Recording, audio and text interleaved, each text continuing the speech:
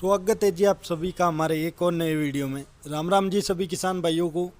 किसान भाइयों, आज की इस वीडियो में हम बात करने वाले हैं कि आपको जो इसबगोल की आपने फसल लगा रखी है या आप इसबगोल की खेती करते हैं तो आपको पहली सिंचाई, पहला खाद और पहला स्प्रे कब और कौन सा करना है।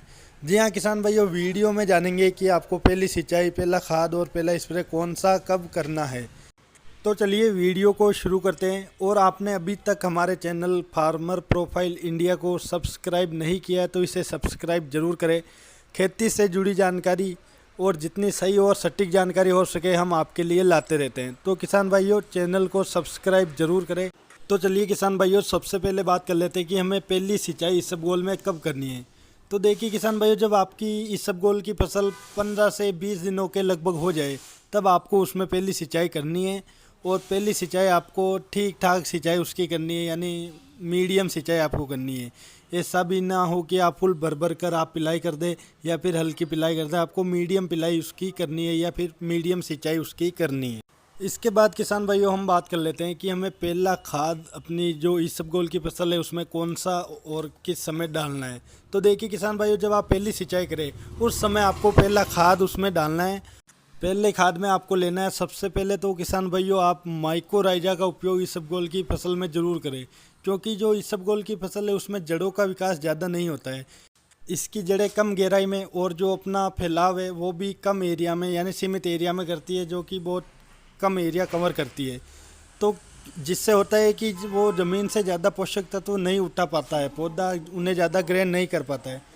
तो आप माइक्रोराइजा का प्रयोग करोगे तो जो ज़मीन में ज़्यादा से ज़्यादा पोषक तत्वों को पौधे की जड़ें उठा पाएगी, जिससे कि पौधे में पोषक तत्वों का संचार होगा। और सामान्य बात है कि अगर पोषक तत्वों का अच्छे से संचार होगा, ज़्यादा से ज़्यादा पौधा पोषक तत्व ग्रहण करेगा तो उत्पादन भी हमें ज़्यादा ही मिलेगा। तो इसलिए किसान भाइयों आपको माइक्रोराइजा का उपयोग ज़रूर करना है। 5 किलो प्रति एकड़ के हिसाब से इसकी डोज लेनी है। और कुछ माइक्रोराइजा जो कि मतलब कि चिलेटेड फॉर्म में भी आते हैं, जिसकी डोज कम भी हो सकती है। और अगर आप दानेदार माइक्रोराइजा का उपयोग कर रहे हैं तो 5 किलो प्रति एकड़ के हिसाब से आपको इसका उपयोग करना है। इसके साथ ही आपको 20 से 25 किलोग्राम प्रति एकड़ के हिसाब से यूरिया की डोज भी लेनी है। पौधे को इस समय यूरिया की आवश्यकता भी काफ़ी ज़्यादा पड़ती है, तो इसलिए आप 20 से 25 किलोग्राम प्रति एकड़ के हिसाब से यूरिया की डोज भी इसमें शामिल ज़रूर करें। इसके साथ ही किसान भाइयों आप सल्फर का उपयोग भी ज़रूर करें। 5 किलो से 7 किलो तक इसका आप प्रति एकड़ के हिसाब से उपयोग कर सकते हैं। बढ़िया उत्पादन दिलाने में आपको ये काफ़ी मदद करेगी। तो इसके बाद किसान भाइयों आपको इन सबको मिक्स करके समान रूप से खेत में डालने के बाद आपको बढ़िया जो हमने सिंचाई बताई है मीडियम सिंचाई, वो आपको अपनी जो इसबगोल की फसल है उसमें ज़रूर करनी है। इसके बाद किसान भाइयों अब बात कर लेते हैं कि आपको पहला स्प्रे कौन सा करना है। तो देखिए किसान भाइयों, जब आप पहला स्प्रे करते हैं तो इस समय ज़्यादा रोगों का अटैक, ज़्यादा फंगस का अटैक हमें नहीं देखने को मिलता है। यानी कि जो शुरुआती स्टेज होती है उसमें अगर आपको अटैक नहीं भी दिख रहा है तो भी आप उसमें हल्का स्प्रे ज़रूर करें, क्योंकि आगे चलकर आपको काफ़ी ज़्यादा सहयोग मिलने वाला है बढ़िया उत्पादन लेने के लिए, कीटों की रोकथाम करने के लिए। क्योंकि जो कीटों का अटैक होना शुरू होता है वो इस टाइम से हो जाता है, 15, 20, 25 दिनों की जब फसल होती है। तो आप हल्का स्प्रे अगर इस समय करते हैं तो फिर आपको जो कीटों का अटैक है, वो फंगस का अटैक है, वो कम देखने को आगे चलकर मिलता है। अचानक उसमें अटैक नहीं होता है, धीरे धीरे वो फैलता है, तब तक आप उसमें और स्प्रे कर सकते हैं। तो किसान भाइयों सबसे पहले जैसा कि हमने आपको पहले भी बताया कि शुरुआती स्टेज में आपको कीटों का अटैक ज़्यादा देखने को नहीं मिलेगा, तो इसके लिए आप रोगोर का उपयोग कर सकते हैं सबसे बढ़िया और सस्ता इंसेक्टिसाइड के रूप में। इससे आपका काम भी हो जाएगा, यानी जो हल्के फुल्के इंसेक्ट होंगे वो भी नष्ट हो जाएंगे। चाहे किसी भी प्रकार के जो इंसेक्टिसाइड है, मच्छर है, थ्रिप्स है या फिर कोई और कीट है, उड़ने वाला कीट है, जो भी कीट हो वो इससे नष्ट हो जाएगा। पहला स्प्रे आपको इसी का करना है। इसके साथ आप मतलब हल्के फुल्के फंगिसाइड का उपयोग भी ज़रूर करें, जैसे M45 हो गया, या फिर आप जिसमें मेटल एक्सिल और मैनकोजेब का कॉम्बिनेशन आता है। ये 1-2 प्रोडक्ट जो शुरुआती स्टेज में आप इनमें से किसी का भी उपयोग कर सकते हैं फंगस की रोकथाम के लिए। इसके बाद किसान भाई आप किसी भी बढ़िया कंपनी का PGR ग्रोथ प्रमोटर, इसका उपयोग आप ज़रूर करें, क्योंकि शुरुआती स्टेज में पौधे को ग्रोथ की आवश्यकता होती है। तो ग्रोथ प्रमोटर से आपको इसकी जो ग्रोथ है उसे बढ़ाने में आपको सहायता मिलेगी। इसकी जो फुटान है वो अच्छी होगी, इसकी जो ग्रीननेस है वो अच्छी होगी और इसकी जो रोग प्रतिरोधक क्षमता है वो भी बढ़ेगी। तो इस प्रकार आप इन 2-3 बातों का ध्यान रखिए। शुरुआती स्टेज में आप हल्के फुल्के कीटनाशक, इंसेक्टिसाइड जो और फंगिसाइड का उपयोग ही करें।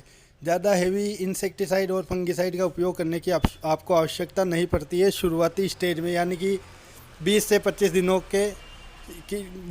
दिनों की जब हमारी इसबगोल की फसल हो जाए उस समय। अगर डोज की बात हम करें तो आपको प्रति 15 लीटर के पंप में रोगोर की डोज लेनी है 40 ml प्रति 15 लीटर के पंप में।